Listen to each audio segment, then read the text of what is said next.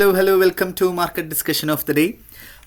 Today, March 11th, 2025, Tuesday ആണ്.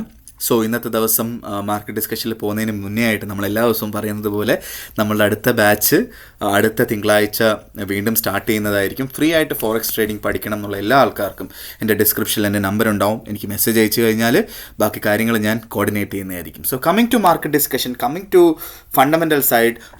So ഇന്നലെ നമ്മൾ പറഞ്ഞിട്ടുണ്ടായിരുന്നല്ലേ 2 ദിവസത്തേക്ക് നമ്മൾ JPYയിൽ ട്രേഡ് ചെയ്യണ്ട എന്നുള്ളൊരു കാര്യം പറഞ്ഞിട്ടുണ്ട്. വേറൊന്നുമല്ല, ഇന്നലെ രാത്രി UK timing 11:50 okay, Indian timing എനിക്ക് തോന്നുന്നത് 5 മണി 5:30 ആ ഒരു സമയത്ത് GDP അനൗൺസ്മെൻറ്റ് ഉണ്ടായിരുന്നു JPYയിൽ നിന്ന്, ജപ്പാനിൽ നിന്ന്. അപ്പോൾ അതിൻ്റെ റിസൾട്ട് വന്നത് ഫോർകാസ്റ്റും ഫണ്ടമെൻ്റലേയും വെച്ച് നോക്കാൻ നേരത്ത് 0.1% കുറവായിട്ടാണ് വന്നത്. അത് ആക്ച്വലി JPYയിൽ നെഗറ്റീവ് ന്യൂസ് ആണത്. ഓക്കെ, സോ അതുകൊണ്ടിട്ട് തന്നെ JPYയുടെ റേറ്റ് താഴോട്ട് പോകാനുള്ള പോസിബിലിറ്റി ആണ് ആക്ച്വലി ഈ ഒരു ന്യൂസ് കൊണ്ട് ഉണ്ടായിട്ടുള്ളത്. ഓക്കെ, സോ ഇത് കൺസിഡർ ചെയ്തുകൊണ്ട് മാത്രം JPYയിലോട്ട് നിൽക്കുക. എൻ്റെ അഭിപ്രായം ചോദിക്കുകയാണെങ്കിൽ നാളെ രാവിലെ JPYയിൽ ട്രേഡ് ചെയ്യുന്നതായിരിക്കും ബെറ്റർ എന്നുള്ളതാണ് എനിക്ക് പറയാനായിട്ടുള്ളത്. ഓക്കെ, സോ ഇന്നത്തെ ന്യൂസ് നോക്കിയാണെങ്കിൽ നമുക്ക് ഉച്ചയ്ക്ക് 2 മണിക്ക് UK ടൈമിംഗ് 2 മണിക്ക്, സോ ഇന്ത്യൻ ടൈമിംഗ് എത്രയാണെന്നൊരു ഇവിടുന്ന് ഒരു 5 മണിക്കൂർ ഫ്രണ്ടിലോട്ട് കൂട്ടിയാൽ മതിയാവും. സോ ആ ഒരു സമയത്ത് ജോൾഡ് ജോബ് ഓപ്പണിംഗ് ഉണ്ട്. സോ ആ ഒരു സമയത്ത് നല്ലൊരു വോളറ്റാലിറ്റി ഉണ്ടാവാനായിട്ടുള്ള പോസിബിലിറ്റി ഉണ്ട്. അപ്പോൾ സോ ആ ഒരു സമയത്ത് മാറി നിൽക്കുക എന്നുള്ളതാണ്. അല്ലെങ്കിൽ ട്രെൻഡിനനുസരിച്ച് ചെയ്യുക, പ്രോപ്പറായിട്ട് സ്റ്റോപ്പ് ലോസ് ഇട്ട് തന്നെ മാർക്കറ്റിൽ മുന്നോട്ട് പോകുക. പക്ഷേ നാളത്തെ ദിവസം വളരെ ഇമ്പോർട്ടൻ്റ് ആണ്. ഒരു കാരണവശാലും ട്രേഡ് ചെയ്തുകൂടാത്ത ദിവസമാണ്. ഓക്കെ, കാരണം രാവിലെ 8:45 തന്നെ ECB പ്രസിഡൻറ്റിൻ്റെ സ്പീച്ചുണ്ട്. സോ അത് ഉറപ്പായിട്ടും യൂറോനെ ഡയറക്റ്റ്ലി അഫക്റ്റ് ചെയ്യുന്ന ന്യൂസാണ്. രണ്ടാമത്തേത് നമുക്ക് ഉച്ചയ്ക്ക് 12:30 മണിക്ക് CPI ഉണ്ട്. ഓക്കെ, USC എന്ന് വരുന്ന CPI ഉണ്ട്. CPI ദിവസം മാറി നിൽക്കുക എന്നുള്ളതാണ് എനിക്ക് പറയാനായിട്ടുള്ളത്. സോ രാവിലെ തന്നെ മാർക്കറ്റിൽ നിന്ന് ട്രേഡ് ചെയ്യാതിരിക്കുക. ചിലപ്പം ചില ആൾക്കാർ ചോദിക്കാറുണ്ട് 12:30 മുന്നേ ആയിട്ട് മാറി നിന്നാൽ പോരെയാന്ന്. പക്ഷേ നമ്മളുടെ ഇമോഷൻ ചിലപ്പം നമ്മളെ അനുവദിക്കത്തില്ല അതിന് മുന്നേയായിട്ട്. നമ്മൾ ലോസിലാണെങ്കിൽ മാർക്കറ്റ് എങ്ങാനും കയറി പോയാലോ എന്ന് വിചാരിച്ച് നമ്മൾ മാർക്കറ്റിൽ നിന്ന് മാറി നിൽക്കാത്ത ഒരു അവസ്ഥയിലോട്ട് വരികയും പിന്നീട് അതൊരു ഫോളോ ചെയ്ത് അതൊരു ലോസിലോട്ട് പോവുകയും ചെയ്യുന്നത് കൊണ്ടിട്ട് മാറി നിൽക്കുന്നതല്ലേ നല്ലത്. അപ്പോൾ എന്തായാലും ഉച്ചയ്ക്ക് 2:30 മണിക്ക് ക്രൂഡ് ഓയിൽ സ്റ്റോക്ക് ചേഞ്ച് ഉണ്ട്. സോ ഇതാണ് നമുക്ക് നാളത്തെ ഇമ്പോർട്ടൻ്റ് ആയിട്ടുള്ള ന്യൂസ് എന്ന് പറഞ്ഞു കഴിഞ്ഞാൽ. സോ ഇതാണ് ഇന്നും നാളെ ആയിട്ടുള്ള കലണ്ടർ ബേസ് ചെയ്തിട്ടുള്ള ഫണ്ടമെൻ്റൽസ് എന്ന് പറഞ്ഞു കഴിഞ്ഞാൽ. പക്ഷേ ഒരുപാട് പൊളിറ്റിക്കലായിട്ടുള്ള കാര്യങ്ങൾ നടക്കുന്നുണ്ട് എന്നുള്ളൊരു കാര്യം ഒരു കാരണവശാലും മറക്കരുത്. ഫസ്റ്റ് കാര്യം എന്താണെന്ന് വെച്ച് കഴിഞ്ഞാൽ സൗദി അറേബ്യയിൽ ഉക്രൈനും US-ഉം തമ്മിലൊരു മീറ്റിംഗ് നടക്കുന്നുണ്ട്. ഒരു സമാധാന ചർച്ചയാണ്. ഒന്നെങ്കിൽ അതൊരു ഒരു ഇമീഡിയറ്റ് സീസ് ഫയറിലോട്ടോ അല്ലെങ്കിൽ ഒരു പീസ് ടോക്കിലോട്ടോ ഒക്കെ പോകാനായിട്ടുള്ള പോസിബിലിറ്റി ഉണ്ടെന്നുള്ള കാര്യം ഞാൻ ഇന്നലെ പറഞ്ഞിട്ടുണ്ടായിരുന്നു.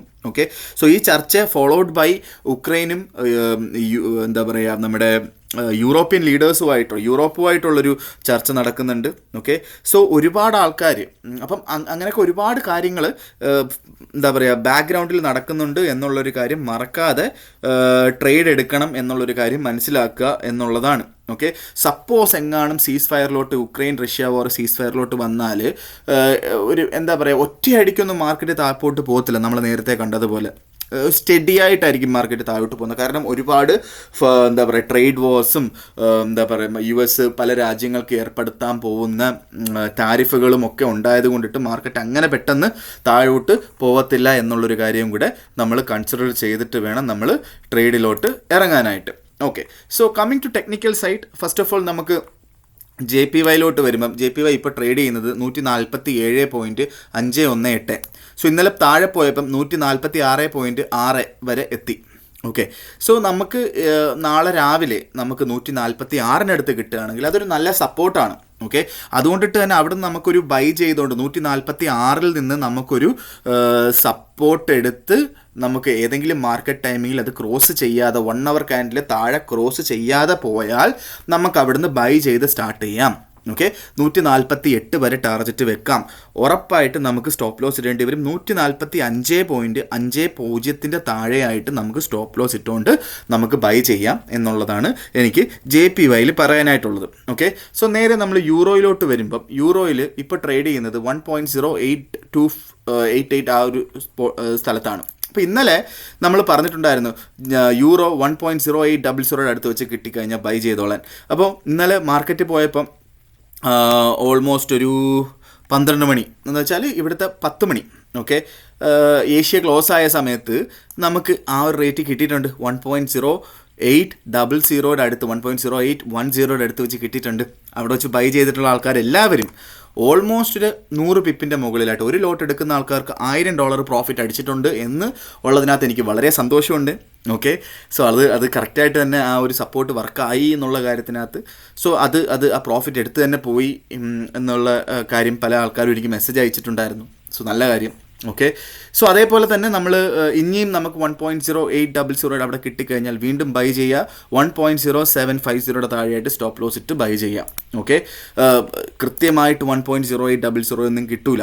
1.0820 1.0810 ലെവലിൽ കിട്ടിക്കഴിഞ്ഞാൽ പോലും ബൈ ചെയ്ത് സ്റ്റാർട്ട് ചെയ്യുക എന്നുള്ള കാര്യം കൺസിഡർ ചെയ്യാം.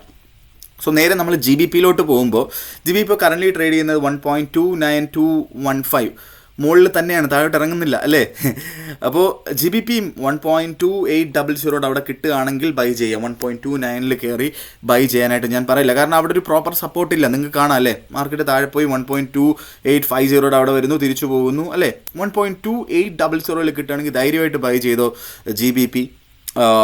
അവിടെ നിന്ന് മുകളിലോട്ട് പോകാനായിട്ടുള്ളതാണ് പോസിബിലിറ്റി. നേരെ മറിച്ച് ഇത് കിട്ടിയില്ല, 1.28 കിട്ടിയില്ല എങ്കിൽ 1.30 മുകളിലായിട്ട് മാർക്കറ്റ് ടൈമിങ്ങിൽ ക്രോസ് ചെയ്താൽ ബൈ ചെയ്ത് മുന്നോട്ട് പോവാം.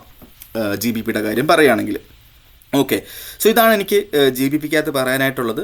നേരെ നമ്മൾ ഗോൾഡിലോട്ട് വരുമ്പോൾ ഗോൾഡ് ഇപ്പം കറൻ്റ്ലി ട്രേഡ് ചെയ്യുന്നത് 2911 റേഞ്ചിലാണ് അല്ലേ. ഗോൾഡ് അപ് ട്രെൻഡ് തന്നെയാണ്. ഇന്നലെ രാത്രി തന്നെ മാർക്കറ്റ് 2880 വന്നിട്ടുണ്ടായിരുന്നു. ഞാൻ ഇന്നലെ പറഞ്ഞിട്ടുണ്ടായിരുന്നല്ലേ, മാർക്കറ്റ് 2980 അവിടുന്ന് ബൈ ചെയ്യാനായിട്ട് ഞാൻ നേരത്തെ പറഞ്ഞിട്ടുണ്ടായിരുന്നു.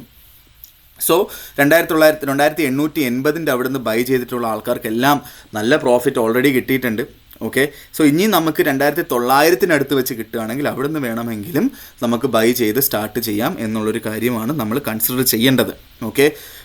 2980 അടുത്ത് കിട്ടിക്കഴിഞ്ഞാൽ 2880 അടുത്ത് വെച്ച് കിട്ടിക്കഴിഞ്ഞാൽ 2870 താഴെയായിട്ട് സ്റ്റോപ്പ് ലോസ് ഇടേണ്ടി വരും. 2900 വെച്ച് കിട്ടുകയാണെങ്കിൽ 2890 താഴെയായിട്ട് നമുക്ക് സ്റ്റോപ്പ് ലോസ് ഇടേണ്ടി വരും എന്നുള്ള കാര്യം കൂടെ കൺസിഡർ ചെയ്യാം.